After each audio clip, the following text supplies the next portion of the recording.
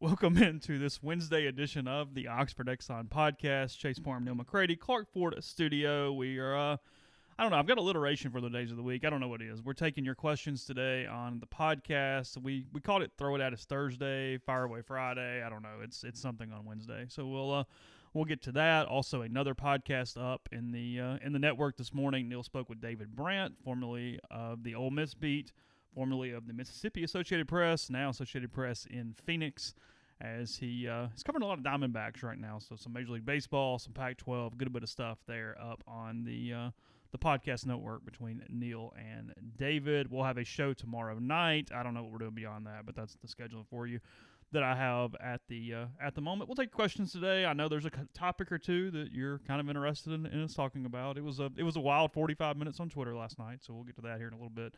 And more on the podcast, brought to you every single day by the Oxford Exxon, Highway 6 West in Oxford. Speed Pass Plus app. Use it. Download it. It is the safest way to fuel up there at all Blue Sky locations in Mississippi, including the Oxford Exxon. You also get to cover your hands. They've got the plastic, the bags to protect yourself when you fill up at the pump. So Blue Sky and the Oxford Exxon doing everything they can to take care of you. And again, coming to you from the Clark Ford Studio. We are Clark Ford's in Amory, Mississippi. 662-257-1900 is the number. Call it. Ask for our buddy Corey Clark. Tell Corey what Ford product you're looking for. He'll send you a quote within 15 minutes in business hours. Right to the bottom line. No hassle, no haggle. You get your quote, and the rest is completely up to you. You can shop that quote around, or you can do what I've done, what I recommend that you do, and that's get in a Clark Ford today. You'll love the product. You'll love the service after the sale. Corey wants to be your car guy. He wants to be your truck guy. He'll prove that to you when you make the call. 662-257-1900. David Brandt joined me, I guess, technically this morning on the Rafters Music and Food Hotline. Rafters on the Water is open. It's located at the Sardis Marina, so come check out outdoor dining unlike any place in North Mississippi. It's a lot of fun. Shrimp, catfish platters, burgers, po' boys, signature appetizers, Zydeco shrimp, crawfish egg rolls, live music, margaritas, beers. Just a really fun time. Great place to spend your weekend. To go and curbside are available as well. 662-712-6162. So we'll get into questions in a minute. We'll talk about the kicker thing here in a bit. It's a question at some point. Not going to dodge that. Also, Neal's going to take it. I'm going to step away. And I'll come back in like 20 minutes, and we'll move on. Tell you what, we'll be taking applications for editor if that's the case. Also, we've got fun. We had Mike Farrell against Dan Wolken over the last 12 hours or so. I mean, we've got maybe the most on-brand tweet from Dan Wolken in the history that him being against fraternities and sororities. So a lot going on around the Twitter sphere that Neal has left here in the last 72 hours or so. I know. I picked the wrong time to leave Twitter. The wrong week. I mean, it was... Because I would have had some fun with... I would have avoided one of those topics last night, but I would have had some fun with a couple of the others. So, yeah. So I talked to a friend who said, I'll be honest, I'll tell you who it is. It's Robert Sheeran, who's Campbell's roommates. I guess they're not roommates anymore, but they were roommates as freshmen at Arkansas, and it's Parker's dad. Yeah. He said he just cleaned up his Twitter significantly, like just really wiped it down and got rid of a lot of the riffraff. And he said now he can just kind of catch up in 5 minutes, and there's better. A right way to do it. Yeah, it's different for a little different. Doesn't have to be, but it can be a little different for a media member to do that versus the average person. Yeah, I've even thought about locking my tweets, like where no one can reply. I don't know how you do that, but someone says you can. Okay, I don't know. Right now, I'm or happy. Have the willpower to not respond when they reply. Well, I know that's a tougher thing. The problem with that is that a lot of times at night, tequila's in my system, and that does change your resistance levels to response. Tequila the main spirit now? We rotate, but I like. You don't want anyone to feel left out. I mean, we're still. I like. I've told you I have found a couple of mezcals that are just fantastic. No joke. Okay. And I've had people tell me that because I like mezcal so much that I should really start trying scotch. And I just haven't gotten there yet. The really smoky, peaty scotch I just can't do. It's just my response to, are you going to try scotch, is, are we going to have football? Because if we're not going to have football, I might just pour all of it into a. I mean, because I feel like it's like taking bourbon or something that's not sweet and pouring it down on a piece of wood or something. It's like sap almost to me. I just can't. And it's not like you can't handle strong stuff. No, I mean you can light things on fire. I've watched you handle strong stuff. It's just a certain something that doesn't kind of work out. So anyway, let's do this first because I can get to questions and whatever. So last night, Jack Tannehill, kicker, Oxford, son of Ray and Robin. Robin, obviously mayor of Oxford. Yep. Decommits, and I saw it, and that wasn't necessarily a shock to me. I thought, okay, is this going to be something that is kind of blown up in social media, or is this something that stays kind of calm? And I thought, okay, no, probably going to blow up a little bit. I noticed that, and I'm not blaming, I mean, do what you want. This is not really a sides thing. Lane was not one of the people that Jack thanked in the tweet for recruiting him or following him or whatever. And I went, okay, there's that was the first little sign that, okay, we're potentially doing something here as this is moving. Within minutes, basically, Caden Costa from Mandeville, Louisiana, commits to Ole Miss and points out in his graphic that he's on full scholarship. In the graphic again, is he? I have no idea. No Not clue. me. Thankfully, I don't really cover recruiting, and it's kind of nice. So I don't know. That would be a Zach question if he'd like to chime in the live stream. But this all happened what time? this was last night? around 8:30, somewhere in there. Yeah. Because I put Carly into bed around 7:45, 7:50, and it was within the next 30 minutes. I was kind of just like figuring out if I was going to. I was actually looking for a book on Kindle to read, and it kind of went. The Tannehill thing happened, and then like within 25 minutes, it's like, oh yeah, and they picked up a kicker, and I'm like, whoa, what's going on here? So obviously, the former staff was much closer to Jack and that whole deal than the current staff.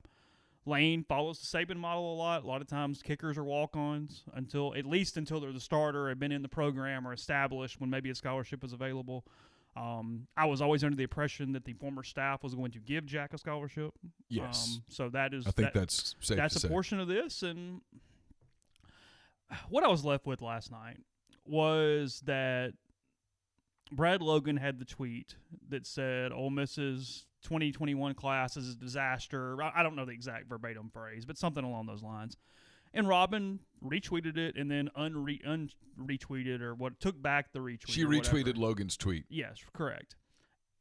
Obviously, as the mayor in town, who is directly tied to the football program at Ole Miss, it becomes a problematic situation. So in my head a little bit, my first thought, and I think you'll agree with this no matter what we end up saying, this is probably good that it happened now. Probably was something that was going to be, even if he had a very successful career, something that potentially is a problem at any point.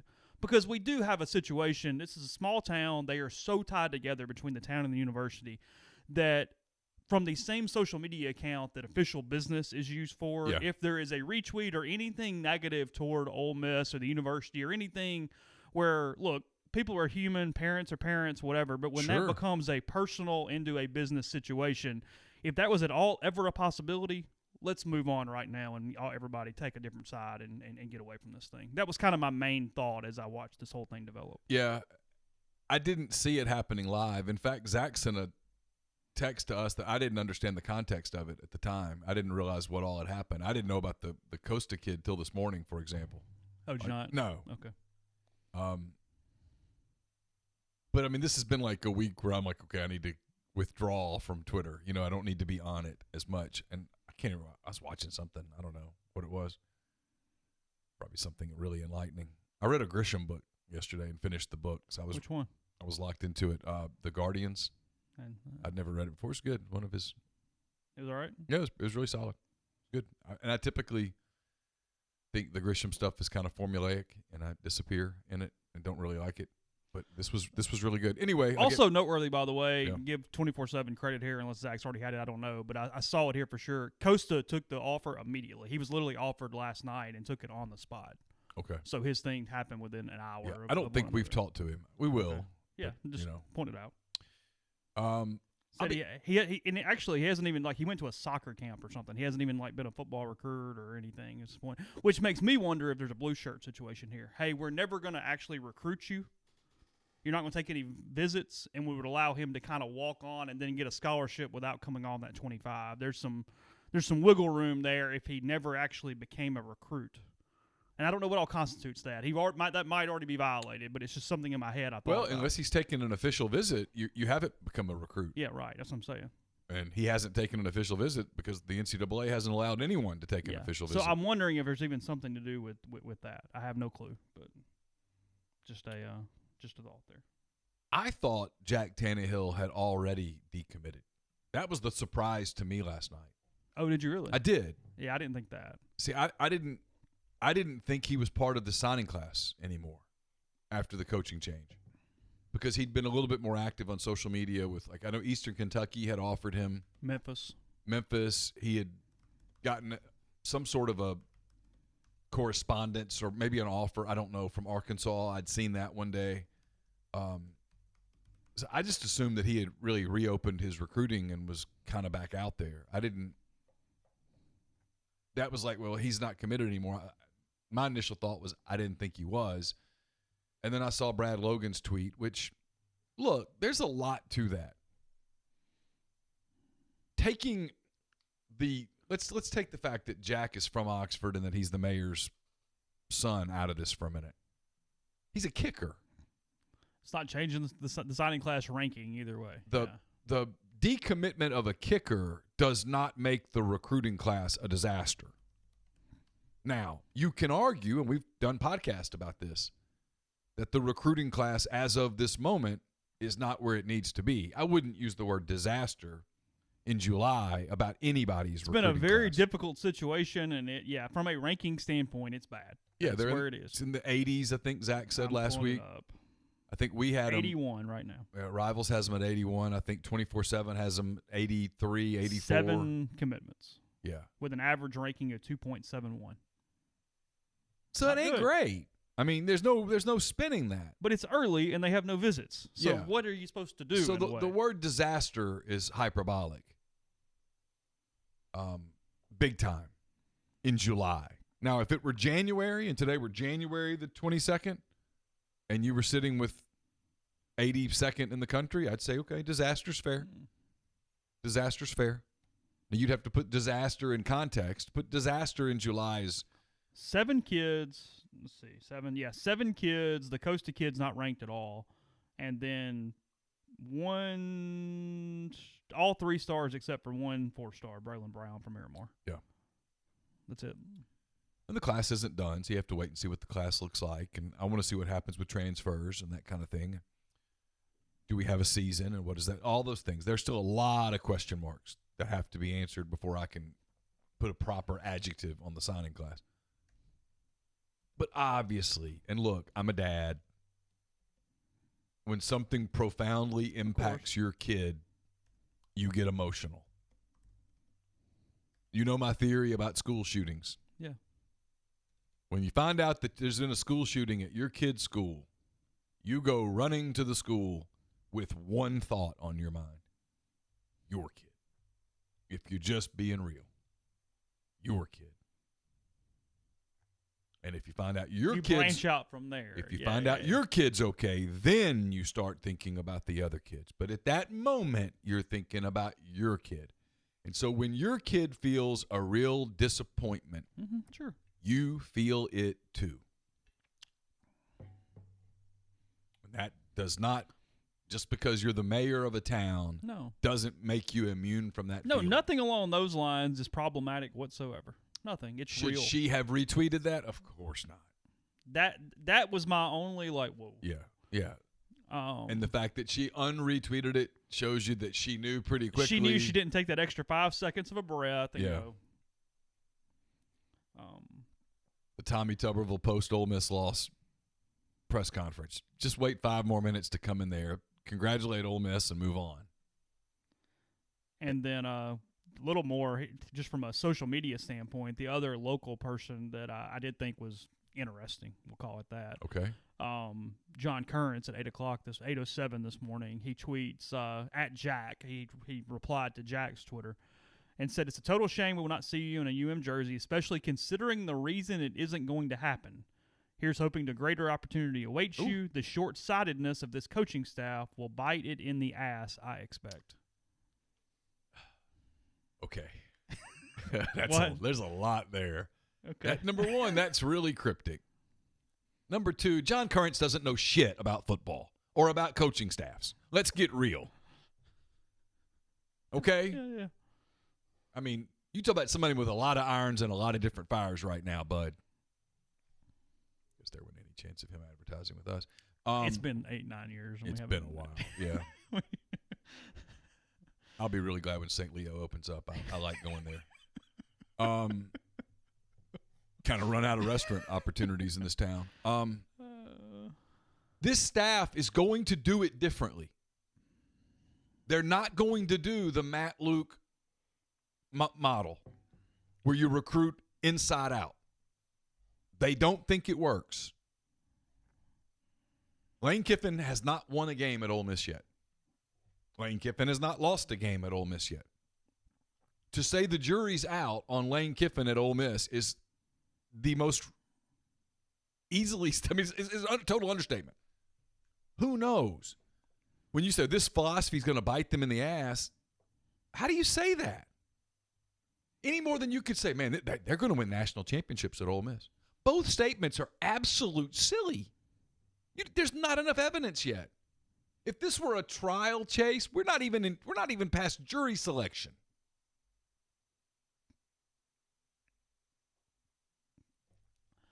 I mean, I know, frankly, more about the situation than I would care to, all the way around from a year ago to now or whatever. I'm kind of curious though, from a current standpoint, short-sightedness. That's an interesting word. Like I don't really understand. What does that mean? I mean, is he implying that because they decided not to take a kid from Oxford, that they're going to lose out on all the other kids from Oxford? They just lost out on one that was much higher profile than Jack Tannehill, and Jack Tannehill would tell you that. Yeah. I mean, Matt Luke lost J.J. Pegues to Auburn. I don't know. That was the I mean, I wasn't shocked by his tweet. That word was interesting to me. I was like, that's kind of. It's just small town. Oxford's a really small town. And even smaller than it is, if you know what I mean. Like there's a bubble inside a bubble inside a bubble a little bit around here. Yeah. I mean, listen, for those that aren't here, Oxford's the friendliest backstabbing town you'll ever go to. There are more people in this town who will look you in the eye with a smile and stick a cobra into your back in the following 2 steps later than any place you'll ever go. And the elite of elites in Oxford are the damn worst about it. They are awful. I mean, I've seen it. It's different. I'm not saying Oxford's the only place like that. There are lots of places like that, but Oxford's like that, and Oxford's great. It's a great place to raise your kids. It's a beautiful town. All of those things. I'm not nailing it. But you got to understand that this is an element in this too. And Lane Kiffin, and maybe this is what Currents is upset about. Lane Kiffin has not come to Oxford and ingratiated himself into the town and made himself part of the social circles and kissed the asses and done the things that you're supposed to do, that Houston Nutt did, that God knows Hugh Freeze did. Things in a very positive way, a different way to go about it that Kermit's been successful at. Yes. Yeah.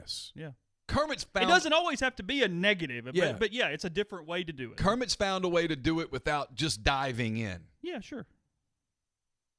To his credit, he's found a way to do it on kind of the outside, just enough, and then slip out. Yeah. Kudos. Yeah. I mean, Kermit could have been, speaking of politicians, Yeah. he's a really good basketball coach. He may have missed his calling. Yeah. He's making a lot more money in basketball than he would have made in politics, so he would probably tell me I did not miss my calling. But you understand my point. But Kiffin's not done all that stuff. He's not going to do that. And he's stuff. not going to do it. He's an introvert who's not interested. Doesn't He's here want to do win football games, and that's it. He's not going to make a bunch of friends. He's not going to do those things. He's here to win. His philosophy on recruiting, and again, the jury is out. His philosophy on recruiting is that he thinks he can go out and recruit nationally at Ole Miss, turn it around quickly, and put himself in a really interesting position in a few years. I think he views this as he wants to do it quickly. And he's not going to do it by recruiting a bunch of 3-star kids from Ripley and Eupora and stuff and trying to coach them up. And that was absolutely the Matt Luke model. He's trying to do a much smarter, efficient version of what Orgeron tried to do in 2005. Things have changed. I'm not comparing the two as far as what's in place, but in many ways, he's trying to do what Hugh Freeze tried to do to some degree in 2012, but he's trying to do it even more. Hugh tried to do a little bit of all of it. Yeah. It appears that their philosophy is we don't really care. Being from Mississippi is not a positive or a negative. It's just a fact on a fact sheet. They're recruiting all over the place. Again, will it work? I don't know. We'll see. Can't judge it right now, one way or the other. You can't sit here today and go, it's working, man, any more than you can say it's not working. It's too early. And throw in a pandemic and a recruiting dead period that has now been going on for essentially 5 months and is going to go on probably another 5 months at least, and it's impossible to judge. And so when people do, to finish this part of the point, when people go, well, it's not really impacting Sam Pittman at Arkansas. It's not really impacting Elia Drinkwitz at Missouri, but they're not recruiting that way. Pittman is trying to recruit kind of a traditional way at Arkansas. Arkansas kids, Texas kids. He's recruiting more regionally. And I'm not saying that's right or wrong, but he has a totally different philosophy. So comparing what he's trying to do in Fayetteville to what Kiffin's trying to do in Oxford it's grapefruits to picture frames. Not even in the same store. Yeah. So that's kind of where we are with that. We have a lot of questions. We're obviously not getting to all of them, but we wanted to get that out of the way and then enjoy the rest of our podcast as it's coming up. So questions for you or from you to us after the break. First, tell you about I just lost friends, didn't I? I just lost more friends. Were you already friends with them anyway, though? No. I mean, Currents wasn't hanging out with us at the end of the day. No. I don't think he even knows who I am. Not that he should. I'm not 100%. Maybe. I don't think he does. He probably's never even heard my name before. That's how. Think so? Oh yeah.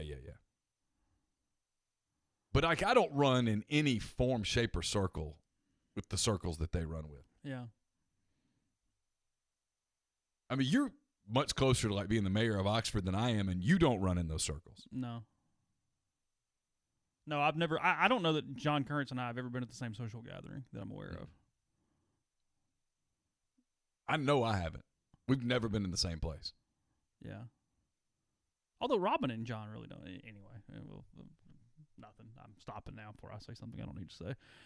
Nobody's watching, right? Just go ahead. No, thanks. I'm good. It's just us. I had a couple thoughts of it. Nope. Not today. It's just you and me talking. Right I'm now. curious. Yep. Nope. I'm done. Community Mortgage, Oxford, Memphis, Seto County, and Chattanooga. It's a great time to call Jason. Those rates are fantastic. Refis, new purchases, take advantage of that. At your next availability, 662-234-2704 or JLOWE at communitymtg.com, because the float down option with the rates, it's a good time to lock something in. If you do need a place to eat, you can go to the Iron Horse Grill, 320 East Pearl Street in Jackson. Live music 4 times a week. Perfect place to enjoy lunch, dinner, or Sunday brunch. Also one of the largest beverage caterers in Mississippi. Can service the entire state. Give Sarah Black a call, 601-398-0151, and let the Iron Horse Grill knock that off your worry list and make your event one that is memorable forever. Summer has certainly made its presence known with the current record temperatures across the country. Check out the new line of Dead Soxy no-shows. With 9 new styles to choose from, find the style that fits your occasion. Use the promo code Rebel Grove at checkout. Get 30% off the best dress socks you'll ever put on. Also, check out several bundle packs currently on sale. you can use your promo code in addition to these already deeply discounted prices at deadsoxy.com. Again, promo code Rebel Grove and make your day a Soxy one. Our friends from Blue Delta Jeans are excited to announce that on October the 16th, the Friday before what we hope is the Florida game, Blue Delta Jeans will be hosting the second annual Delta Cup golf tournament. Parham over here and his group won the first one. So this year's opportunity is for you to challenge the reigning victors. Tee time will begin will be at 10 a.m. at Mossy Oak Golf Club. Your registration fee will include green and cart fees, food and drinks on the course, as well as a new pair of Blue Delta jeans. Prizes will be up for grabs for hole-in-one, closest to the pin, longest drives. The last we heard, there were 4. It's full, actually, but Tyler, thinks they're going to open up some more tee times. Okay. Just give us a minute on that one, so we'll go from there. So don't give it up yet. We're going to be some more opportunities. Just give us 48 hours or so to figure that out. There you go. Yes. It's Tyler, Tyler, if you want to ask that question and beg for a spot. It's Tyler at BlueDeltaJeans.com to reserve your spot, and they'll see you on the course. We should have a mind on my money. We taped it yesterday, so it ought to be dropping. It may have already dropped. I haven't looked. It's brought to you by Pinnacle Trust. They're based in Madison, Mississippi.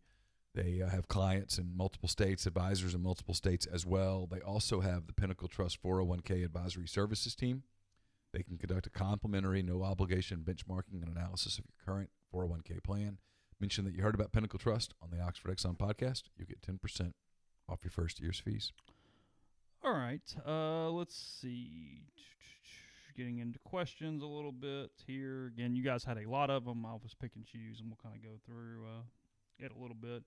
Since he was first, I'll read this one. Diamond Reb 1083 says, "Would you rather be blind the rest of your life or live inside an Olive Garden the rest of your life?" Well, that smell would get to you eventually. Yeah. An Olive Garden. Although I'll be honest though, I don't eat it anymore at all because there's very few on that menu that doesn't feel like I'm going to gain 18,000 pounds. Yeah. It's not terrible. Like I know it gets all the criticism in the world, but given that tier of restaurant, it's fine.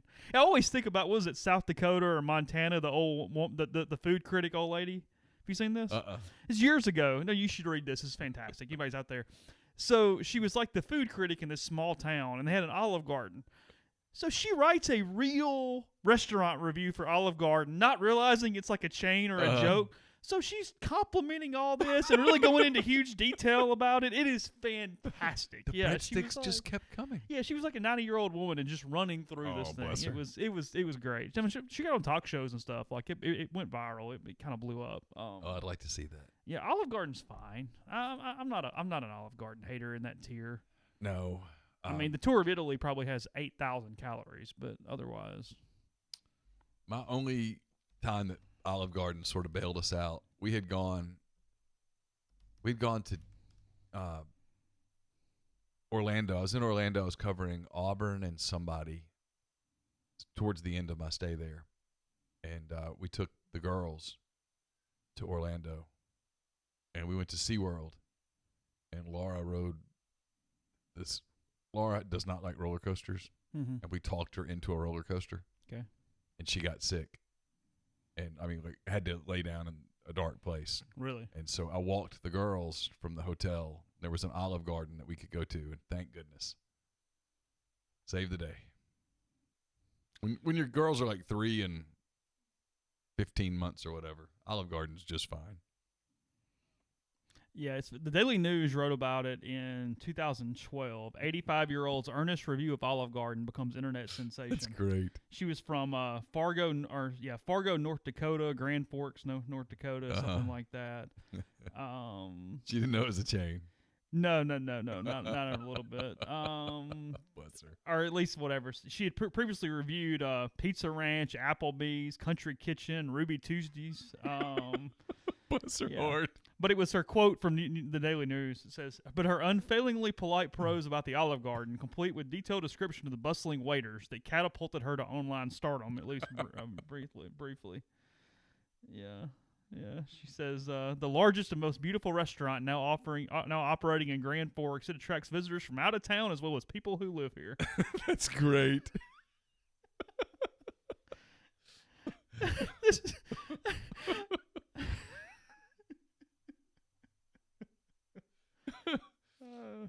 Even 2012, she wrote 5 columns a week. That's great. Yeah. Anyway, you can find it online, but that was my.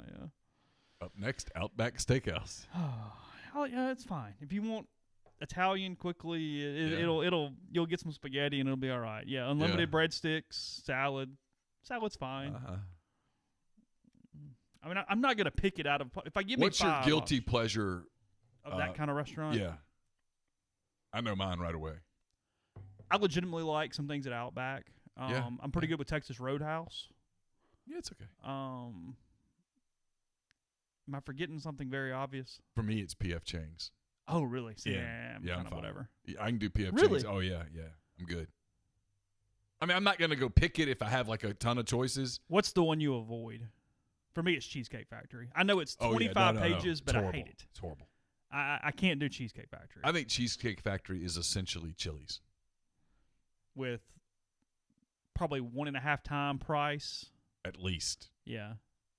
I mean, it's like Jeffrey. He was pretty smart. He said he used to have to go because of a girlfriend or something, and he said he would just flip open the menu and guarantee to pick something from that page. Not going to complicate it. I'm just going to open it up, and whatever's on that page, I'll pick something. That's it. I'm good. Otherwise, you're 30 minutes in, and it's all going to taste the exact same. It's all fried in the same oil. It doesn't matter. Yeah. So, yeah. Tyler Layton says, is there a scenario where relegation could be implemented in college football? Top of Group 5 winners get bumped up to Power 5. Bottom of Power 5 get bumped down at the end of each year. No.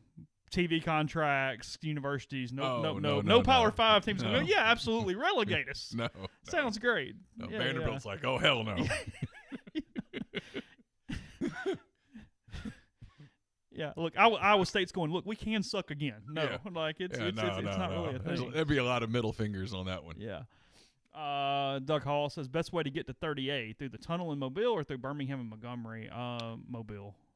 You think? You don't? Oh, I don't know. You think now with the new roads and everything? Well, we did. We went down Birmingham to Montgomery and then cut over through, like, the parts of Alabama that, it's really funny. Alabama gets a pass on all the rebel flags. You see more Confederate flags Birmingham South in Alabama than you'll ever see in Mississippi. And it's not close. Confederate flags and fireworks shops. Yeah. Yet they kind of get a pass on it. You see more of like the billboards about going to hell the other way when you go to like Arkansas, Missouri. Yeah. That's more than an Alabama going to Florida thing. Yeah. Yeah. Just a really cynical billboard hanging up there for you. Yeah. You're all doomed. Yeah.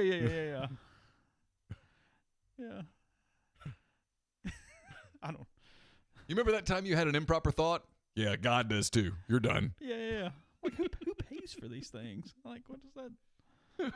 What does that run? The only thing about Mobile is the roads around Mobile when you're trying to get through Mobile are a pain in the ass, and then you've got to get through Mobile itself, and then you've got to get through the tunnel. And trust me, having lived down there, the tourists don't understand the tunnel, and it gets backed up bad. Okay. Now, we were coming back from the beach, and the traffic between Birmingham and Montgomery on 65 was unbelievable. It looked like L.A. traffic at rush hour, which, by the way, is the worst traffic in the whole world. Yeah, I'll buy that. I haven't spent a ton of time there, but I'll buy that. L.A. 3 days Atlanta. in L.A. Yeah, 3 days in L.A., and I said never again. I would never want to live there. No chance. Not politics or all that, just the traffic.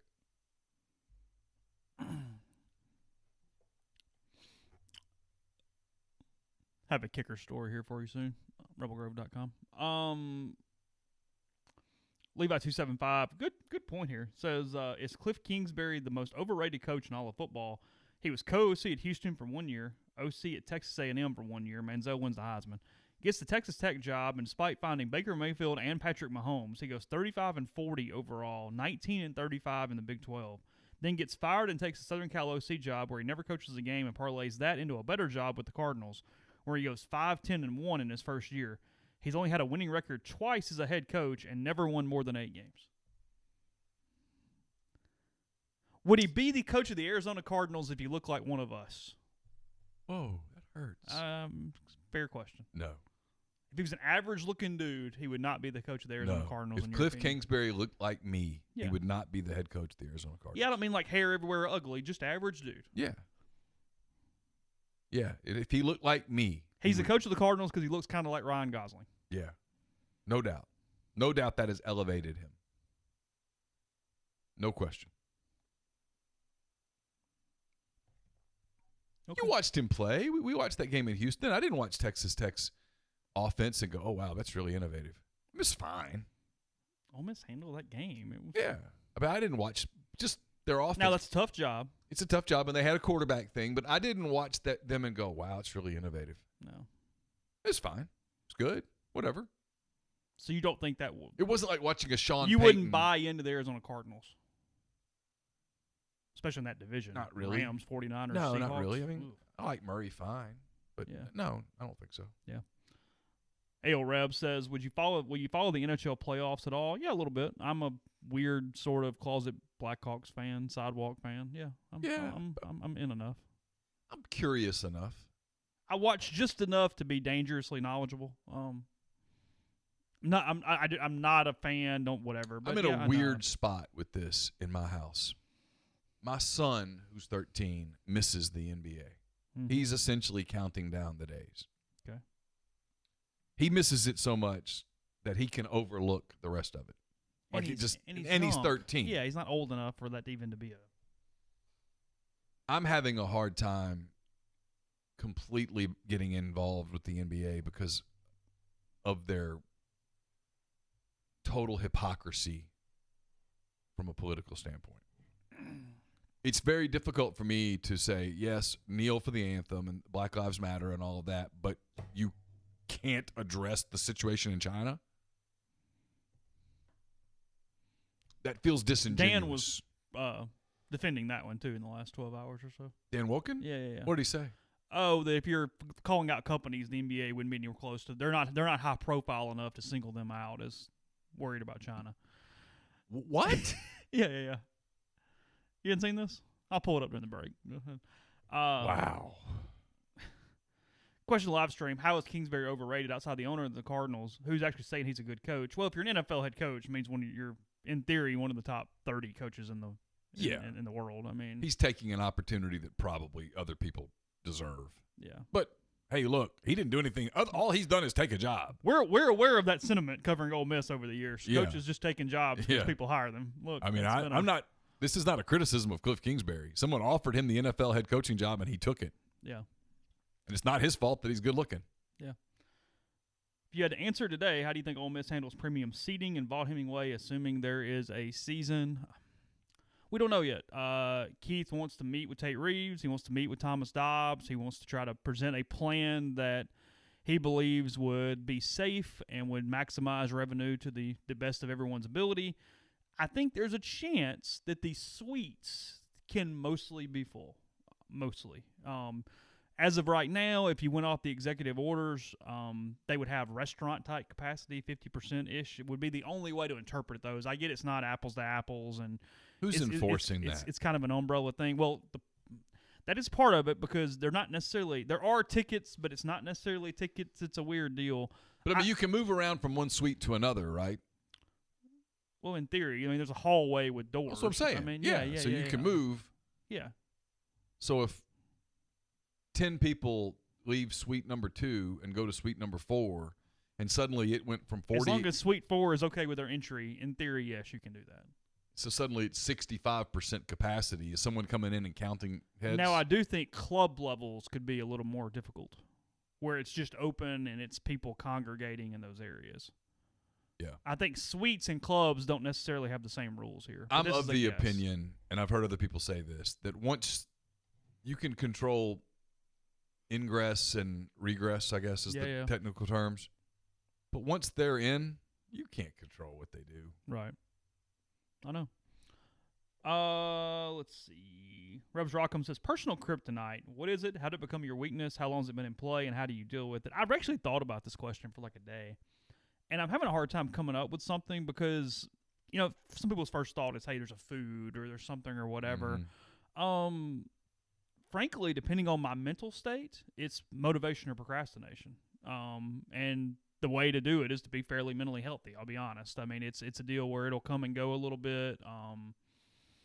It's not a problem at all if I'm in a pretty good place mentally, and it becomes a huge problem if I'm not in a very good place. And there's not a good answer. I mean, my high school yearbook quote was, "Were it not for the last minute, I'd get nothing done." It's been a thing for a long time.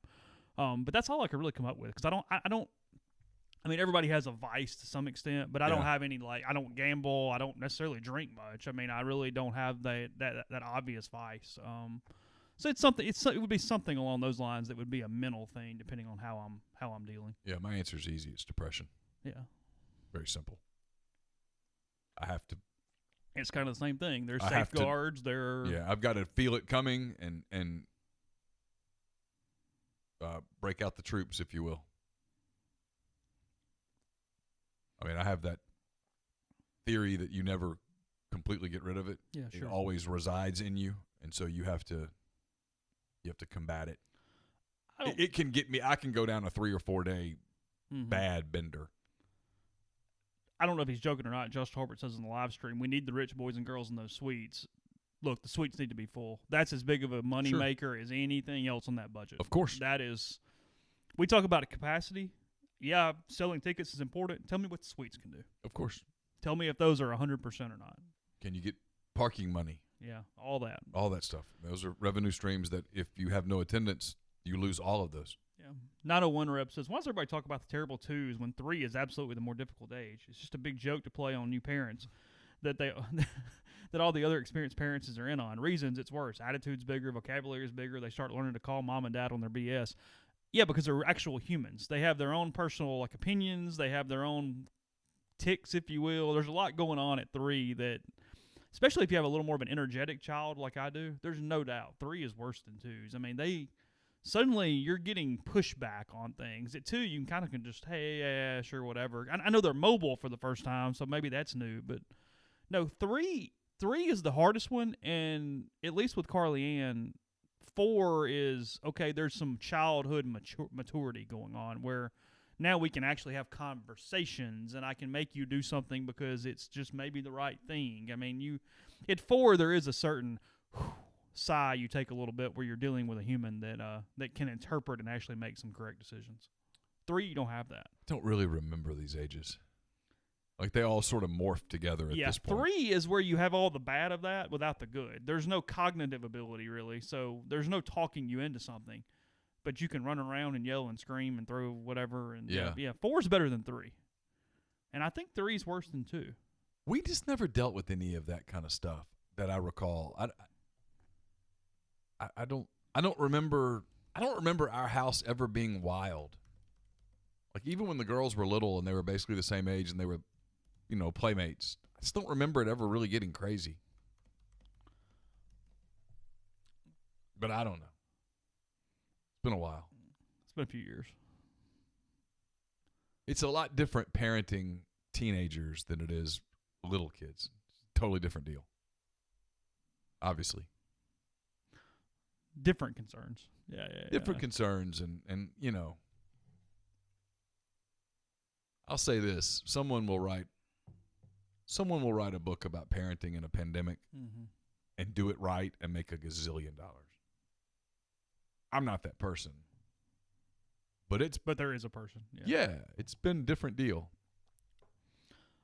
For Neal, it's from Pocket Passer. I realize the season doesn't matter, but what are the Cubs doing in center field? Almora has GG potential, but he can't hit at all. Gold Glove, I'm assuming. Happ has potential at the plate, but he's not a center fielder in the SEC, much left the MLB. Hayward is getting old and prefers right field with a DH in the National League now. Schwarber, don't you have to let Almora play center field daily for defensive purposes and let Souza, Happ, Hayward rotate in the corners? Yeah, because I would DH Schwarber almost exclusively. I guess you could DH Victor Carantini some, but I would DH Schwarber. I would absolutely put Almora's glove in the field. Hayward's a Gold Glove right fielder and a very average center fielder. Look, the truth is, David and I talked about this on the podcast that published this morning. I picked the Cubs 4th in the Central. And a lot of people think that's just me protecting my emotions or whatnot. It's not that. I don't really not crazy about their team. I think they're missing some stuff. You know, I mean, personally, I think they could put Nico Horner in center field, and he'd be a very good defensive center fielder. There is some potential at the plate. It lets you play Jason Kipnis at second base and get what's left of him out of his career. And frankly, I think Ian Happ's a better second baseman than he is a center fielder. I agree with that assessment. I like Happ a lot. I think Happ's bat has a ton of potential, but he's not a center fielder. Mm-hmm. His thing for me was you should watch the Braves, especially in a short season. They're young and fun, and then pick to win the East. It's a little bandwagony, so I'm trying to avoid it, but I am trying to at least watch them a little bit. Not necessarily get invested, but just kind of follow and see how it is as an amuse-bouche, if you will, before it moves on. I'm interested to see what baseball's ratings get this first week. Because if you don't get the ratings now, you might never get them. Because the season starts tomorrow, so for one full week, you're the only show in town. Mm-hmm. In terms of American team sports. Yeah. Let's see. Ole Miss has demolished Vaught Hemingway, and they put you in charge of building a new stadium. What do? I go completely the opposite way. I have a lot of premium seating, and I put chair bags throughout the entire stadium. Whatever that attendance is 50. Sure, sounds good. Yep. All in. Absolutely. Yep. Tons of suites. Chair bags. Chair backs. I don't build tons of decks. Nope. Make it a tough ticket. Make it comfortable. Yeah, every seat's a good one. But enough to get revenue. Don't obviously completely screw that up. I'd probably top it at 50. Whatever the chair backs fit. Yeah. Yeah, and 50, 55, fine. At the most. Yeah. That's it. I go smaller. That's what I do. Tons of suites. Let's see. Do y'all think there'll be an aha moment when we get a definitive answer on the season? Not really. I don't think there's anything out there medically or politically that's going to absolutely go, yep, absolutely go ahead. This is great for everybody. I think everybody's got to make a decision and move on from it. Frankly, I think every day that passes without we can't do this is good news. Okay. I think they're determined to go as far as possible. It's why Sankey did this, and I don't think he meant it literally. And if I end up being wrong, I'll own it that I'm wrong. He said, by the end of July. People are like, oh, he's going to announce by Saturday, July the 31st. Like, that's not what he meant. As long as there's hope, you hang on to hope.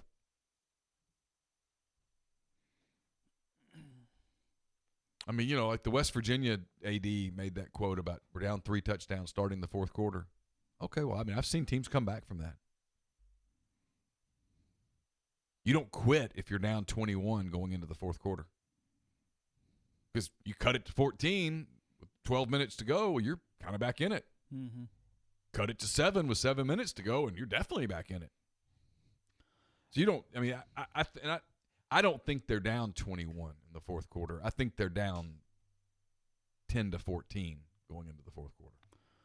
How well do you think an MLB team will do in Nashville? How quickly do you think they build a fan base, and how many fans would they pull from the Cardinals, Braves, and Cubs?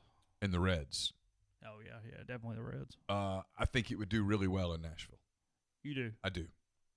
I think the South is growing. Nashville's booming. Lots of corporate people there. Baseball's big in this part of the country. They'd pull fans from St. Louis, and they'd pull fans from Cincinnati, and all. But you also have lots of people that are moving to Nashville who are not from Nashville. I would assume you'd put an American League team in Nashville because you have 3 National League teams. If you include the Cubs, 4 National League teams right there around it. Put an American League team in there. You don't think it's a big draw when the Red Sox come to Nashville, do you? When the Yankees come to Nashville? I just think it would do really well. I think it's going to happen. And who are they taking? I don't know. Maybe expand. This next collective bargaining agreement, the players are going to have to get something. Yeah. And it might be that. And you'd absolutely in Nashville, because of the heat, build a retractable roof. Yeah, of course, sure. We'll tell you about Tyson Drugs and G&M Pharmacy. New product underway at Tyson Drugs in Holly Springs and G&M. It is an immune support med pack. I've seen them. Pharmacists develop a combination of vitamins and supplements specifically designed to boost your immune system and lung health. 30-day supply of vitamin C, zinc, NAC, probiotic, and vitamin D3, which work together to boost your immune system, lung health, GI regulation, and immune regulation. They believe it's the best combination of OTC supplements to prepare your body for dangerous viruses. You can get that at Tyson Drugs in Holly Springs or G&M Pharmacy on South Lamar in Oxford, 662-236-2222. Podcast also brought to you by John Edwards of Regency Travel Incorporated in Memphis.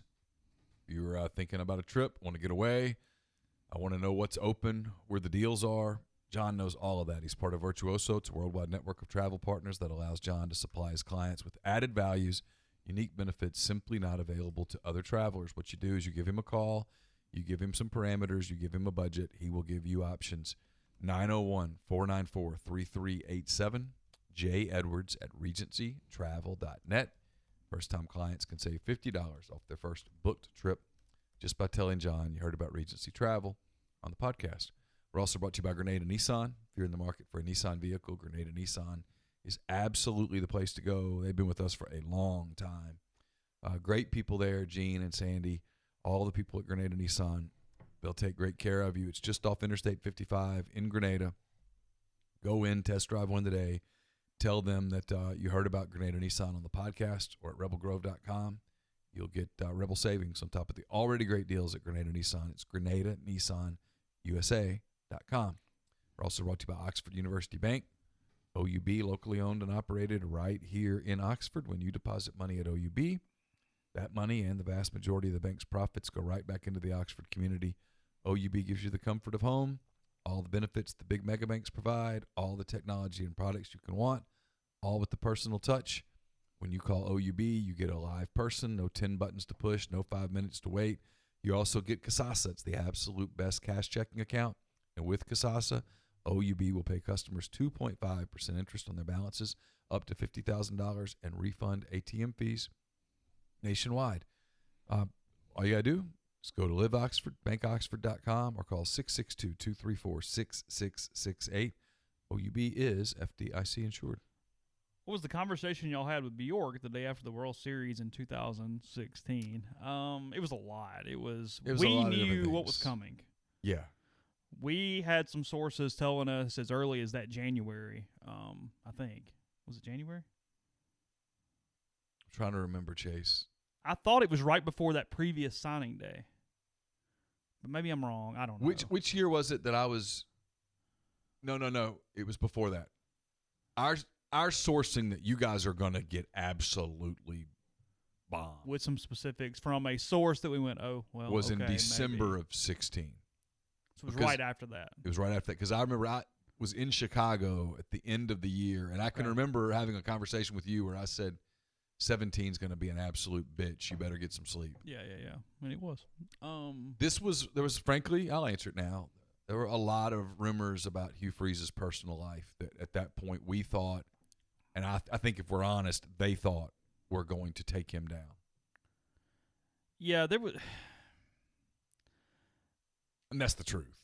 It was a meeting where we said a lot and then kind of left going, did they really only believe what they said? Like, you know what I mean? There was like this thing of... Well, luckily I was drunk. Neil was still potentially drunk. I was still drunk. I was drunk. I would have been legally drunk had you taken my blood alcohol right there. Because we were in there for a couple of hours. It was a pretty long meeting. Yeah. Yeah, because I had to pick you up. You told me I'm not driving to this meeting. Yeah. Well, I wasn't safe to drive. Yeah. It was Freeze related. It was NCAA related. It was the whole... It was mostly Freeze. Freeze. Hey, kind of where y'all at with this? They knew that an NCAA guy had talked to you, had cornered me in Atlanta, and they wanted to know why I wouldn't. And they knew we had heard some stuff that we believed to potentially be true. And I didn't want to get in the middle of it. And the conversation that I'd had was confidential, and the person that I'd talked to had not made me a part of it. I didn't tell him anything. There was nothing for me to tell him. I remember sitting there listening to him in Atlanta and going, oh, boy. Mm-hmm. They know stuff. Yeah. What do you think Sean Patterson's mindset is now that the money train doesn't seem to be leaving the station? Looking back, I mean, time to adopt. I think we made a lot of fun. We made a lot of fun over the time, and I actually kind of like Shay. there's a real Marinovich quality to this thing when you look back, though. I mean, Yeah. there's a Funny how that doesn't work out. yeah, there's a certain, not to that level. I mean, that was a whole nother deal, but it You can't live your children's lives. And the people that try to do it, it never works out. Yeah. You have to live your life. You don't own your children. They're your children. You raise them. And you're involved in their lives, but you can't live their lives. And he tried to live Shay's life. I think he made a lot of decisions for Shay. to both you and you know me. what I hate about it? Yeah. Here's what I really hate about it. Sure. Genuinely, I think Shay's a pretty good dude. Yeah. Like Given what he has to deal with. if you took his dad out of it Yeah. and just let him be a normal kid, I think he would have been a pretty good kid. I do. Polite, intelligent. Until the burner got turned up so high, he was always nothing but professional with us. Yeah. He was He great. cracked finally, but Yeah. most people in that spot would have cracked too. Yeah. His dad was all over it. There was no, looking back on it, there was no normal for him. No. He didn't leave practice, go look at some film, grab a bite to eat, hang out with the buddies for a little while. Football robot 24 hours a day. Yeah, and his dad was in his ear. Mm-hmm. Like if you think about it, like I'm sorry, I keep No, you're interrupting. fine. One of the reasons that I think Peyton and Eli Manning had such success. Yeah. I don't think Archie was in their ear all the time about football. I mean, you hear that anecdote about when Cutcliffe came as the offensive coordinator at Tennessee and sat down with Peyton and Archie, and Cutcliffe thought, hey, I'm going to talk to Archie Manning here. And looks over and Archie's asleep. Yeah. Which was kind of, I think, Archie's real way of saying, I'm not making this decision. I'm not going to be the quarterback at wherever he goes. I'm through playing football. Mm-hmm. I'm going to be dad. Yeah. I don't know that Shay had that luxury. Speaking of, a couple weeks ago, I don't think we talked about this. See that video of Cut and how good he looks now? He looks great. I mean, Getting fired at Ole Miss, and not because it was Ole Miss, but Yeah. because he was probably on the verge of a heart episode. yeah. Well, he was on the verge of a heart episode. Was the best thing that ever happened to him. He looks great. He looks better now than he did in 2004. Oh, yeah. Not even close. Oh. Younger, fit. Yeah. Oh, he looks. Just, If you showed me a picture of him, 2004, 2020, with no context at all, you go the other direction. I'd go, oh, wow. He's He's aged. yeah. aged. Yeah. How about that? Yeah. Not holy No, crap. that guy found the fountain of youth. Yeah. He looks fantastic. Sounds better. Great spot for him. Oh, yeah. Just yeah, perfect. Yeah. He's Smartest thing he ever did was not take the Tennessee job. Yeah. To both you and Neil, what's the farthest away geographically you've been recognized and called out, said hello from a subscriber? San Francisco, I think. Yeah, I'm going to take out like game weekends or anything related to a game because that's a little more unfair. Because most places I would go from a game weekend, you're going to run into Ole Miss people who recognize you. Yeah. DC for sure. I met several people in DC when I was up there last summer. Yeah. Off the top of my head, that's probably it. Because everything else is game attached or Yeah. something else. For and me, I'm it was San Francisco when I was out there on a family trip. okay. Yeah. Because, like, say in L.A. doesn't really count when Ole Miss was playing baseball out there. Like, Right. that's not representative. Yeah, probably D.C. There was a lot of Ole Miss people in D.C. Like, I ran into a pretty good many while I was up there. It's a big city. Oh, thanks. Yeah. Awesome. Jeez. Let's see. Let's see. Do you want to answer why we don't have a lot of Olympic sport coaches on our podcast? Yeah, sure. Okay. So, number You one. mean to read the question? Or Yeah, you read just, read the question because the question came across as a little bitter. Why are assistant football coaches off limits? Why are assistant football coaches off limits for interviews? Okay, let's take them one at a time. All right. The reason is because Lane Kiffin said so. Yeah. That's it. It's not that we don't want to talk to the assistant coaches. We would absolutely love to have the assistant coaches on the podcast. They're not available. Okay, finish with that one? Yep. All right. I don't believe I've ever heard an interview with the tennis coaches, even a short one. Why? We even have an individual national champion in women's tennis. Okay. I'm somewhat friendly with Mark Byers, but we're not overly close. And while he might know my name, I don't have a personal relationship with Toby Hansen at all. I don't know them. We have had Devin Britton on the podcast, We have. however. And we've written some stuff. Yeah. Frankly, and this is going to apply to some of the rest of the answers here, and Ole Miss Media Relations might not like this answer, but they don't do a lot to actively push those people on shows like this one, in large part because they have a competitive show. With Rep Talk. With Rep Talk. Yeah. They'd rather those people, I think, I've never had this conversation, I would guess they'd rather those people be on that show. Yeah, we don't get than told come no on if ours. we take it upon ourselves, but it's hardly ever at us to, hey, why don't you do this? Yes. Or here's an angle that maybe you didn't think of or that you're not Yes. aware of. Continue on, because I'm going to have a theme here in a moment. Okay. What about Connie Price, track coach? She has some serious Olympic chops. New track is finished, and teams have had success. Okay. Let me keep going, or you want to Yeah, stop keep there? going, because I'll go into the answer in a All minute. right. We have new softball and volleyball coaches. Are those off limits also? What about women's basketball's coach? Ladies' golf team is very good now. New practice facility, etc. What if Malloy gets the axe if funding falls short?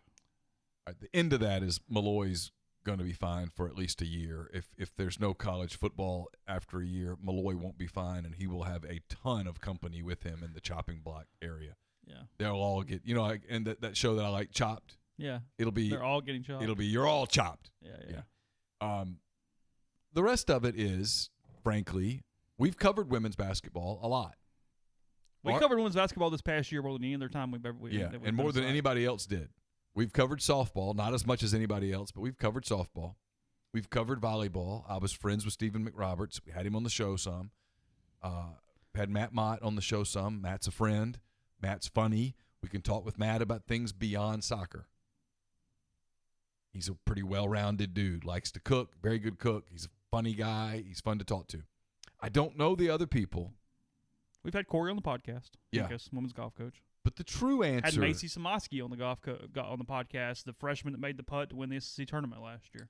But the true answer is, We have them on the podcast because we have friendships with them. We know them. and when we do a lot of that kind of thing Yeah. on the podcast, our numbers aren't good.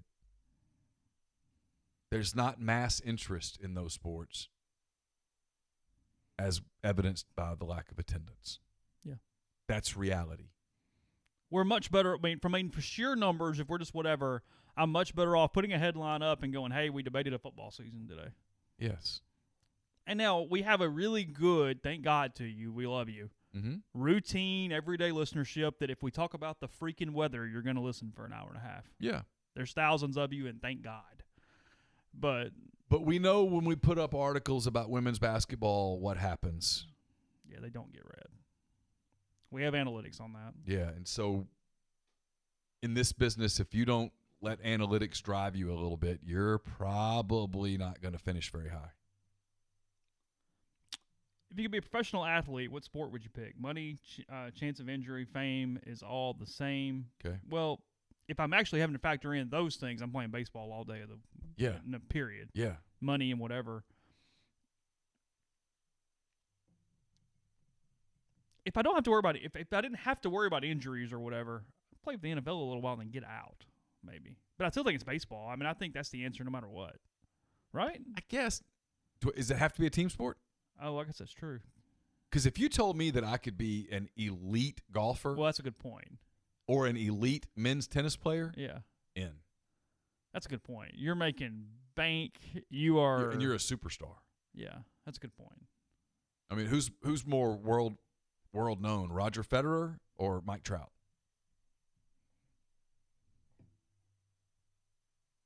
I mean, Rafa Nadal walks through the airport. Everyone frankly, knows who he is. You're making the point, even if you're not elite, you're much better off being the 98th best golfer in the world versus the 98th best baseball player in the world. Sure. You're still a millionaire every year. Yeah. You got some endorsements. Somebody's paying you to put a name on a bag. Well, you're better off being and especially if you be the 10th best golfer in the world or the Yeah. 10th best baseball player in the world. Yeah, It's not even close. Yeah.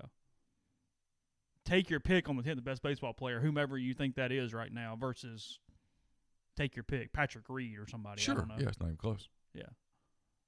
Yeah, you play golf 20 years. See ya. Mm-hmm. Count your money. Hang out at the beach. Baseball's a wear and tear. 162 games. Yeah, I think it's golf if it doesn't have to be a team sport, and it's probably baseball if it does. From superstardom, if you could be a superstar in a sport, maybe basketball would come into the picture because of just the sheer amount of money involved. Yeah, sure. Yeah, I think so. I mean, if you're a top 5 basketball player, you are making so much money worldwide.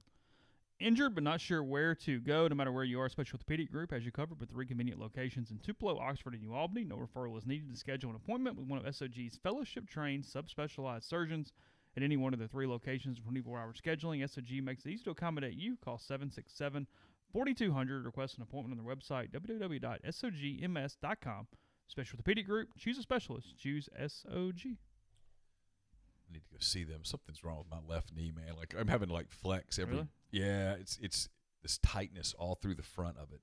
I don't know. Who knows?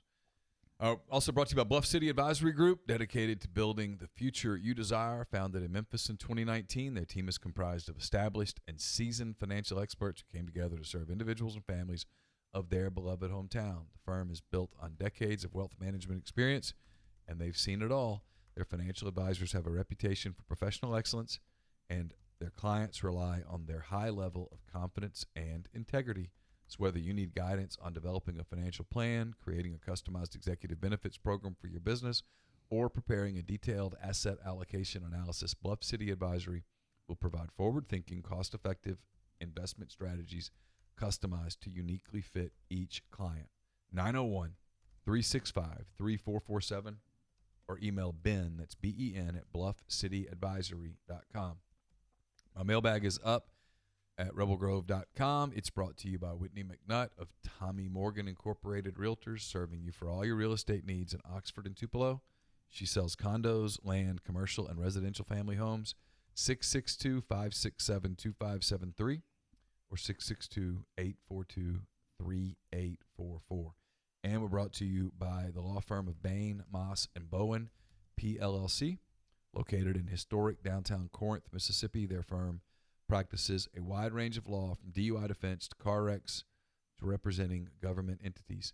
Bain, Moss, and Bowen is the only firm in the state that's made up of a sitting state legislator, a former assistant district attorney, and a former circuit court judge. Their experience is unmatched in that regard, and you can tap into it by visiting them at 618 East Waldron Street in Corinth, or by calling them at 662-287-1620.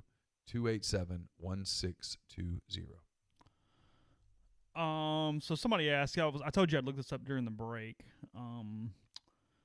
Yeah, let's see. Woken was upset that anything political is happening from a Senate standpoint as far as the NBA in China. And he says, basically, they don't even be involved at it. And the one I was talking about from a tweet, it says, if we're going to rank American companies by visibility and profit when it comes to China, the NBA would not be high on that list. How the hell does he know that? You couldn't name 10 more visible businesses in the country than the NBA as a business. It's on your TV every night. And they've made a concentrated effort back to the days of David Stern to cash in on China. And they did so successfully until October. And where there's no credibility left anyway, don't get me wrong. But where he even loses anymore is he's always the guy when it helps him out to do hey, we're not going to do the what about this when you try to change the subject. And that's always his thing on Twitter of no, stay on what I'm talking about. Mm-hmm. So somebody goes, so please explain, the NBA walks a delicate line, what justifies that walk? And he goes, what justifies U.S.-based airlines dropping references to Taiwan? It's like, see, now we don't have an answer, so we're going to be what about guy now. Yeah. We're going to go over here. Yeah. I mean, like I said, it's been a pretty rough 24 hours. Dan's trying to... Mike Farrell got you, and then you're still doing this. Dan's trying to tread water till November the 3rd also. You think so? Oh, there's no doubt. Donald Trump has really triggered Dan Wolken. Whew. If you work remotely and it didn't negatively affect your job, where would you live? You make the same amount of money you do now, considerations, cost of living, weather, government taxes. That's a hard question because had you said, I don't have to worry about money, then that's a whole different answer. But You can't be like, hey, I'm going to Carmel because you can't afford it. Like, right. I don't know. That's a good question. I got to think about it. I don't. There's nothing that just overall stands out quickly to me. Probably move into the mountains somewhere or something. Would you? Yeah, probably. Just get the hell away from everybody. I mean, South Dakota, eat at the Olive Garden. no, I'd probably go to like North Carolina or Colorado or something. Yeah, and live in the mountains. Some areas in North Carolina would be pretty cool. Yeah, I think that would. It's beautiful. Yeah, like everybody says the beach, and I love the beach, but I don't think I'd want to be at the beach 12 months a year. I think that would wear me out. I would much rather have the seasons and the weather. You still get a little season, but I know what you mean. You like cold, though. I mean, you'd like actually to be cold for a little while. Yeah, like I was looking at, there were pictures, it's just of U.S. campuses. It was just random. Have you ever looked at pictures of the University of Colorado? I don't know. Wow, it's beautiful. Oh, really? Yeah, like Okay. the backdrops and stuff, incredible. Yeah. I was like, why do we not talk about that more? It's gorgeous, all the mountains in the background. They probably have a rival site. They do. Yeah, they do. It's Adam. Used to be Adam something. Yeah, Yeah, Munsinger or something like that. something like that. Sounds good. I don't know. He wasn't at our table either. It's very junior high at these conventions. Our table's not the popular table either. Ole Miss, Auburn, Missouri, they get looks when you walk in the room a little bit. It's like, Yeah. oh God, it's them. Yeah, it's Ole Miss, Auburn, Missouri, Oklahoma. Yeah. Yeah, there's a couple others, and it's like, Georgia a little bit. Yeah. Roddy and those guys. Yeah, they'll because play Dash along. and them. Dash is funny. Yeah, Yeah. That's about it. that's about it. Everybody else, We're not at the table with Ketchum and No. those guys. we're never winning the awards. No. We did get like percentage growth one time because they had no choice but to give that one to us. But the congeniality ones we don't usually fare very well in. No. Most popular.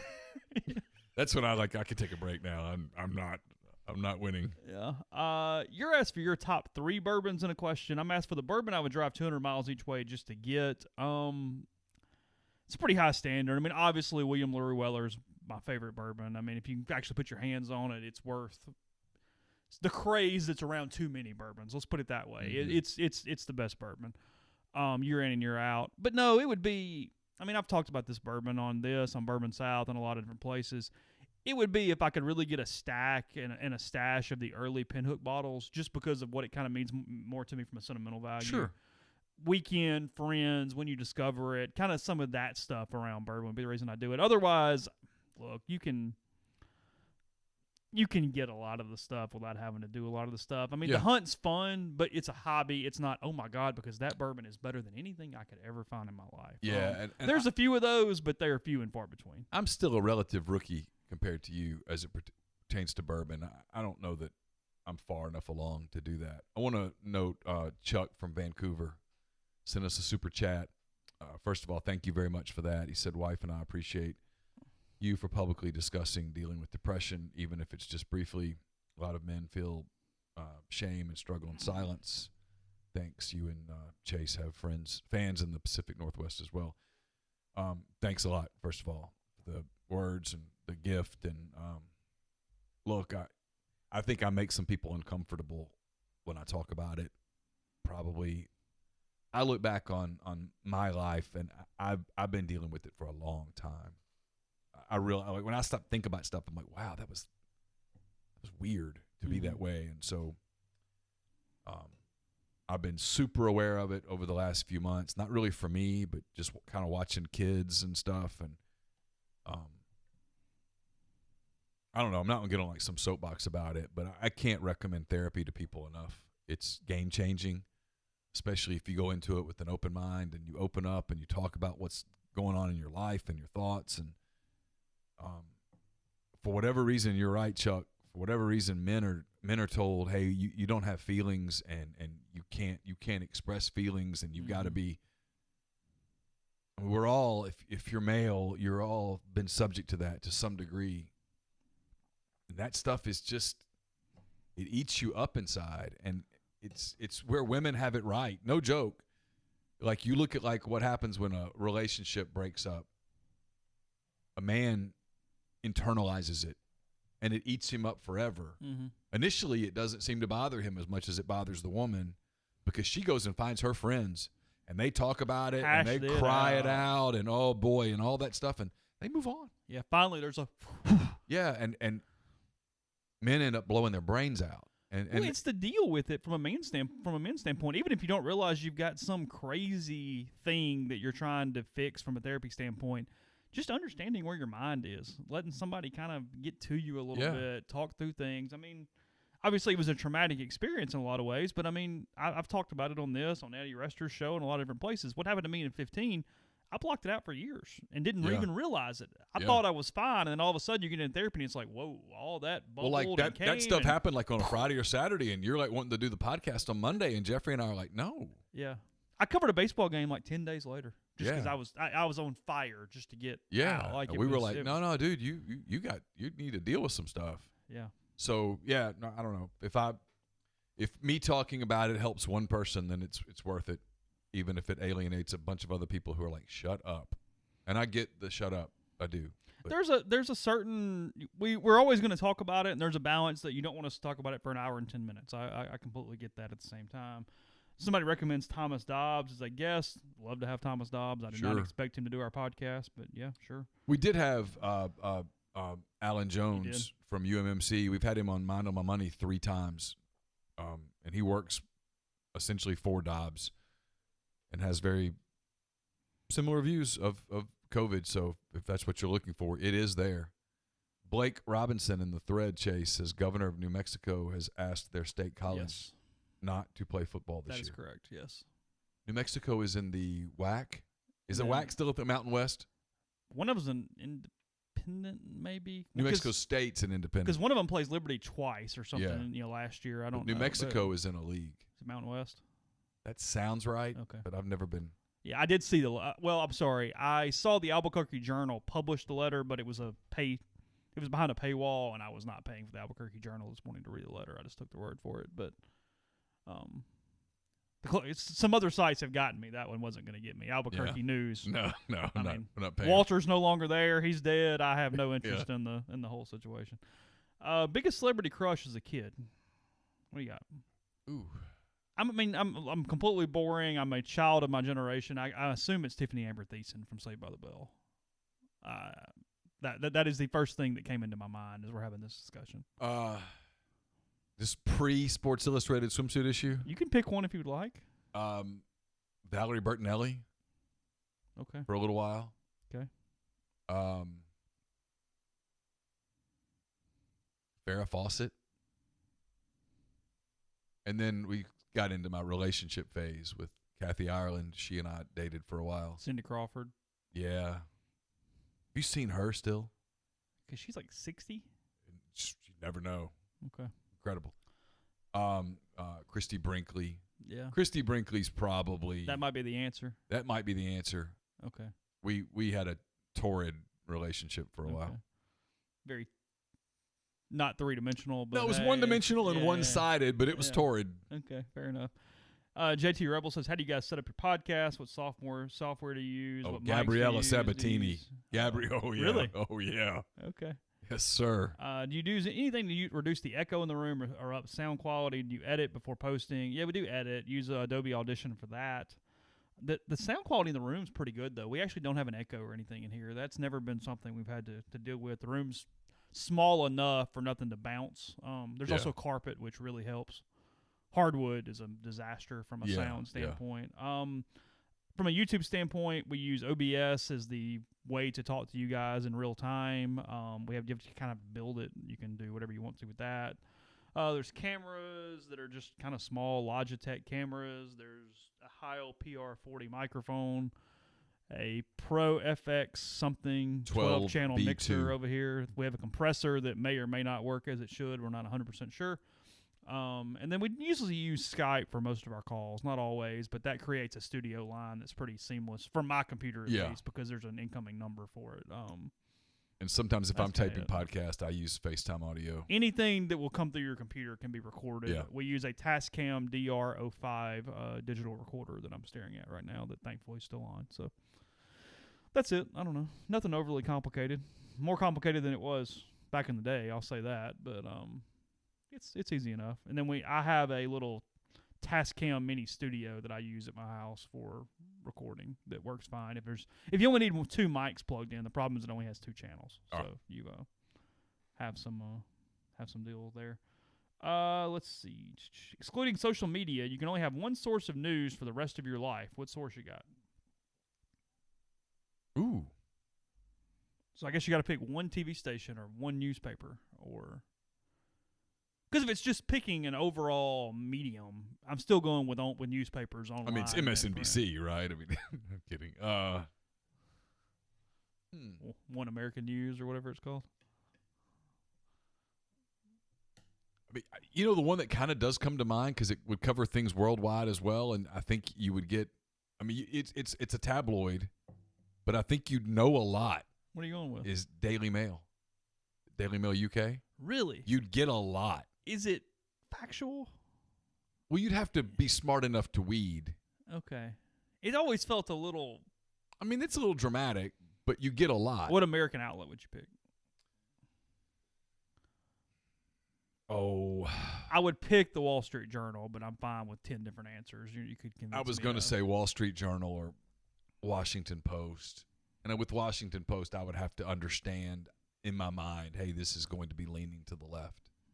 I got to pull this thing back a little Yeah. bit. Yes, the FedEx St. Jude will be no fans allowed the year Tiger finally plays in Memphis. That is. Is he coming? Yeah, I think so. That's what I understood. I might have to think about this. It's a really good question. We might even do some. There's still no sports related. We might do some like favorite movies that kind of not necessarily shaped our lives or whatever. But it says, what movie influenced your childhood more than any other? Comedy, rom-com, drama, suspense, coming of age, or whatever. I mean, I've got the movies growing up that I watched over and over and over and over again, but I don't know that there was like one that gave me like a hope or a purpose or like helped me grow up per se. I mean, I watched a lot of Rocky, a lot of Top Gun, Three Amigos back in the day. Oh yeah, with Steve Martin and Martin Short. And I was a kid of the 80s, so there was a lot of the rom-coms like 16 Candles and the teenage movies, the coming of age. You saw John Hughes, Christopher Columbus. That guys would be like, oh, I didn't watch that. Yes, you did. Yeah, Pretty in Pink. Yeah. Breakfast Fast Clubs, Times at Ridgemont High. St. Elmo's Fire. Yeah. All of those. Yeah. I don't know that one impacted me in some life-affirming or changing way. I mean, I grew up when I was a young kid, the Star Wars movies were big deals. Like when The Empire Strikes Back and Return of the Jedi. I mean, you waited in line for hours to get in to watch that. E.T. I mean, I remember E.T. being a really big deal to go see E.T. at the theaters. 84 on E.T.? Is that right? I don't know. I thought E.T. was 84 for some reason. Am I right? 82. 82. So I was 12. Okay. Big deal. I was not born yet. However, I did watch E.T. over and over and over again when I was a kid. So, I mean, I'm pretty well versed in. It was on the other day, and I watched for a while. That's that thing. Pretty good movie. Because of, I guess, HBO a little bit, because of VHSs and rental movies and whatnot, there was not as much, for you to be 13, 14 years older than me, whatever you are, there's not as much of a gap on like what you grew up with or what you saw as far as what I saw. Like I could kind of get back to your era pretty easily, and I have more of a necessarily an understanding of those movies, maybe more than today's kids. Going, hey, do you remember that movie from 2006? And they're like, hey, no clue. You know, to go back a question. Yeah, sure. Because I've seen some things in the thread where they're right. Some of the podcasts you could listen to daily would give you some of Corolla's stuff. That's a good point. Unreasonable Doubt has become a can't miss for me. And I don't listen to all of Corolla, but when he does one with Mark Garagos, thank you. For some reason I wanted to say Shapiro. I think because I was thinking about Ben Shapiro for a minute. I listen. Okay. I learn a lot. I get a lot of perspective. And those guys, from a political angle, are like right on my street.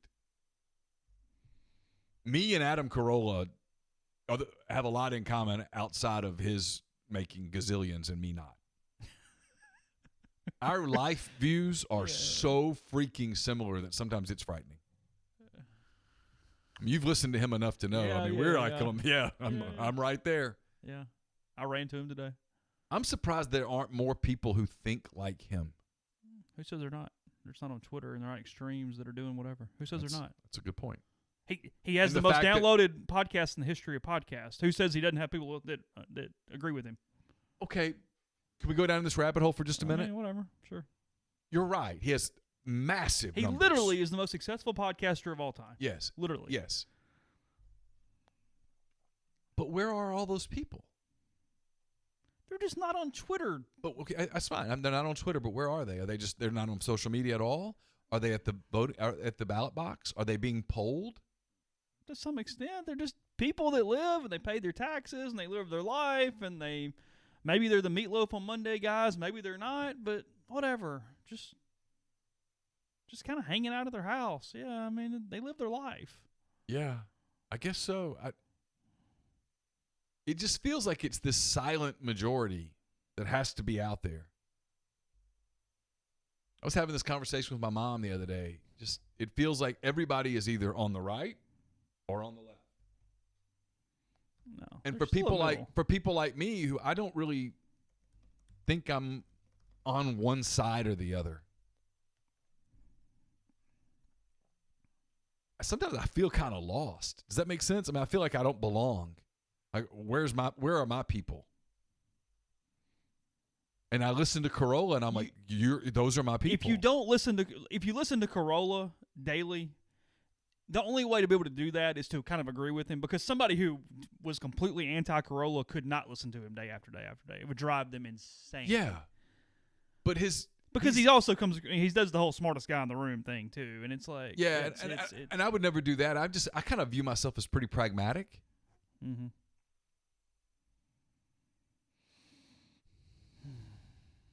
He doesn't take himself super seriously either. Well, no, it's part of the joke. I mean, he's a comedian by trade. Yeah. It's yeah, I pick and choose on his main show some. I like some of their bits. I'll listen to his kind of opening monologues, if you will. So I like the first 45 minutes. His guests have gotten worse because he's so embedded with Podcast One now, where he has to kind of promote other podcasts and stuff. Where I'm kind of like, okay, I don't care. He doesn't do that in a way that strikes me as genuine. No, not at all. It's, hey, I got 40 minutes of this. It's coming. So but to his credit, he separates it into part one and part two, so I can grab the part of the podcast. It's still an hour long because he does about an hour and a half a day, 2 hours a day. That's not that, and run to it or do whatever I'm doing, and it's fine. Or if I've got 35 minutes, well, okay, I can turn on Adam and Dr. Drew, and I can listen to that one for 35 minutes. I can do kind of whatever I need to as it goes. Well, like the way they break down the guy that killed him, Epstein. Yeah, they broke down the Epstein stuff in a way that I was like, oh, okay, makes a lot of sense. And now the woman that they have in custody, who's probably going to be locked up for a year at least before she can cut a deal with the feds. And Garagos is explaining sort of how that happens. And there was another death related to that sort of thing recently, too. Yeah, it was, come on. Suicide, right? No, this was a guy dressed up as a FedEx guy. Oh, went to the door. Yeah, that was. Yeah. She had just been assigned. Yeah, that was insane. Yeah, it's nuts. I don't scare the hell out of people. Yeah. What was I about to ask you? I can't remember. I'll think of it after the show. Okay. Best golf clubs for a high handicapper, beginning golfer. Game improvements. Do not try to be cute. Find big club heads with probably some strong lofts and just learn how to hit them. Callaway Rogue does them. I think they're game improvement. Ping's got some really good game improvement irons. Yeah, don't be fancy as a beginner. Just get the largest club heads you can find, the most forgiving that you can find, and swing those bad boys. Some of the, I mean, look, he didn't practice much. It is what it is. But some of Neal's things too is you had like freaking blades this last time. Like somebody gave you like player irons. They were hard to manage. Yeah. You get a little sideways on those in a hurry. Those are tough for pretty decent. Oh, golfers. I know what I was going to talk about. Sure. I mean, we're way over. It's fine. We got 10 minutes. talked about this with some of the pre-show that we did. Not the pre-show we were laughing about, but, well, it kind of was. I wouldn't want to get all of my news from Clay Travis. Let me make that perfectly clear. But Clay Travis's hiring of Jason Whitlock, and you said this, I'm going to give you the credit. Yeah. Clay Travis's hiring of Jason Whitlock, brilliant, from a commercial standpoint, yes, was on a scale of 1 to 10, with 10 being Einstein-like brilliant, was a solid 10. Jason Whitlock creates a relevance to Outkick that the national media is not going to be able to completely avoid. They are not going to be able to throw him into a corner. And you look at the numbers that Travis is starting to get on his downloads, where he is on podcast. We were talking about how back in the day he would, feud with the Barstool guys. And now he's been able to. Yeah, there was like a mini fight between he and Dave Portnoy all the time. Yeah, he's been able to transition away from that and okay, you're going to go make your billions over here, and I'm going to go make my millions over here. And his attacks on the national media resonate, and it drives the national media crazy. But his points that he's made on this NBA thing have been straight up exactly right. It's an NBA problem. I think it's an NBA problem going into next week. Yeah. They've got Black Lives Matter on their court. They're going to have all these slogans on their jerseys. It's something that they're all talking about. The other day, Tobias Harris, who's a very good basketball player and a very bright guy, plays for the Philadelphia 76ers. He had a Zoom call with the media who cover the Sixers, and he would not answer any questions. He would only call for the arrest of the officers who were involved in the killing of Breonna Taylor. Make sure I'm clear on this. If you're going to be that socially active as an organization, you cannot, on the other hand, say, but the commercial interests have us where we cannot condemn the behavior of the Chinese Communist Party and what they're doing in Hong Kong and in other places in China. The two messages are so conflicting that they cancel you out. Yeah. And that's what Whitlock and Travis have pointed out. And I'm telling you, Chase, it's going to be a ratings problem for the NBA when they come back if they don't address it. It's not the kneeling. Mm-hmm. 4 Cincinnati Reds kneeled yesterday at a scrimmage. Yeah. The Giants kneeled. Major League Baseball supported it. That stuff, that's one thing. It's when you get super social activist and then you can't also acknowledge that what's happening to people in Hong Kong and what's happening to people, I can't think of the names of them right now, but you know what I'm talking about. We've seen the drone footage where they're blindfolded and they're loading them on buses to take them to God knows where. You can't ignore that. And they're choosing to ignore it and say, well, that's different. No, it's not. It's the same thing. And if you're going to do that, you're going to make yourself somewhat irrelevant pretty quick. Ole Miss had the scholarship advantage of Arkansas in baseball. What do you think Mike would have done in his 20 years? At least 2 more College World Series appearances. At least. Yeah. Maybe 3 or 4, frankly. Be very similar to Arkansas. Oh, hell yeah. It'd be 4 or 5. Yeah. We wouldn't be having the conversations we have. That question, yeah. What's the worst alcoholic beverage both of y'all have ever ordered when out for dinner or drinks? The worst one I've ever ordered?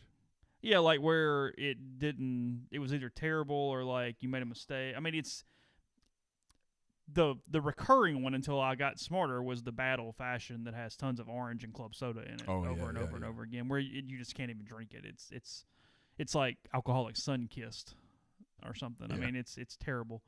I've ordered some I would do the specialty drink some, and it would be like bitter is something I don't handle overly well, and if it's anything's got kind of some bitterness to it, I can't drink it.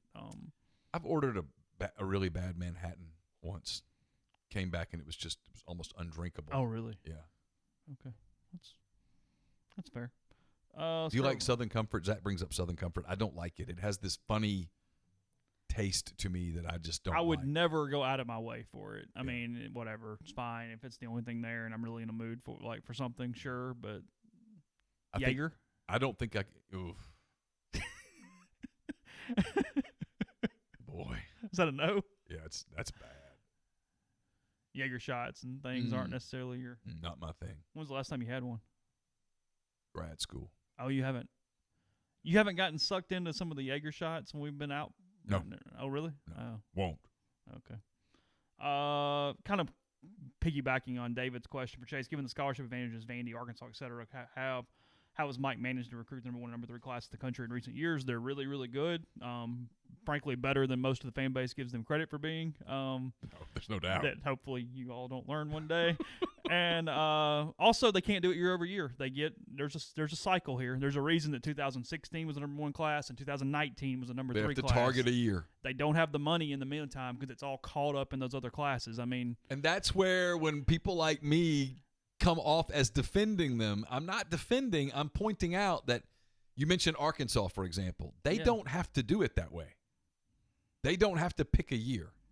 They can do what Ole Miss does every 3 years, every year. And the fact that they're not further ahead of Ole Miss than they are from a program standpoint is an absolute tribute to Mike Bianco, period. I mean, and there's no argument. Mike lost to Tennessee Tech, and it was bad. yeah. There's no way around really bad. Whew. Yeah, like, whoa. But if you throw that out of the equation, throw literally 24 hours out of the equation and look at it objectively, you go, that dude does a pretty good job when you consider what he competes against. Yeah. Hunting Rebel 2001, aptly named, says, do either of you hunt? Have you ever? What kind of animals would you hunt and why? Not saying you would. Neil really has never shot a gun other than that one time at a live show. Yeah, I've never hunted. I've killed multiple deers. My dad was an avid outdoorsman. I have been pseudo-arrested for spotlighting before. I was not spotlighting. I got completely away with it, but I wasn't starting to get away with anything. I was innocent. But I have been taken in by a game warden before. I've never told that story. I can do it when we're not an hour and a half into it. But I have been – I was with 2 other people who were both in camouflage and did shoot at a decoy, not even a real deer, a decoy while spotlighting while I was in the vehicle. Got taken to the jail. It was the comedy of whatever. Ended up having to go to justice court. It was a little bit of a deal. But wow. Yeah, I didn't know that. Yeah, we can run through that one tomorrow night. I can tell that full story. But record's clean, completely found innocent in that one. I did nothing. Now I didn't stop it. Maybe I'm at fault, but I did not actually. You were an accessory to spotlighting. Well, and the shot. Again, I'll go into it more. But the shot came from behind me in the back seat. I was in the front seat, so the game warden thought I shot, saw it. So he pulls me out, and I'm wearing khakis and a polo, and I'm like, "Hey, how about the 2 guys in orange back there, guy? Let's go with them a little bit." So never would have thought you had a felonious streak in you. Yeah, so there's that. We'll end here. My wife has a top 3 of cities for residency next year: Memphis, Nashville, and Birmingham. How would you rank those 3 and why, as far as where to live? Nashville, Birmingham, Memphis. I'm a big Birmingham fan. I think Birmingham's really cool. The food scene depending there on where we're at, yeah. I think Birmingham's a sleeper there. Yeah. I think I'm Nashville, Birmingham, Memphis. I might be Birmingham, Nashville, Memphis. Are you really? Yeah. Okay. But it's close. Okay. Nothing against you guys in Memphis, but Memphis is 3rd there. Yeah. Blake Robinson says, laugh out loud. Chase, remember, it doesn't matter if you stay in the car if your friends rob the bank. Okay, well, good point. There is some truth there. It's valid. But like I said, the Justice Court judge clear of all charges, so there was no intent there whatsoever. That was your Amory privilege. Well, I did get away the night I was taken in. They released me on my own recognizance without having to pay a bail or anything. Yeah. So there probably was I'll admit it. That was probably like a, hey, that's so and so. Just move on with the day a little bit. So appreciate the questions. We'll be back tomorrow night with more. Let you know what else is going on. Stay locked in rebelgrove.com. I think I'm pretty close to having some news about maybe Ole Miss and some budget issues as well. So we'll get to some of that. And we'll talk about whatever we want to talk to tomorrow night during a hand raise, guys. So enjoyed it. Take care. Talk to you again soon.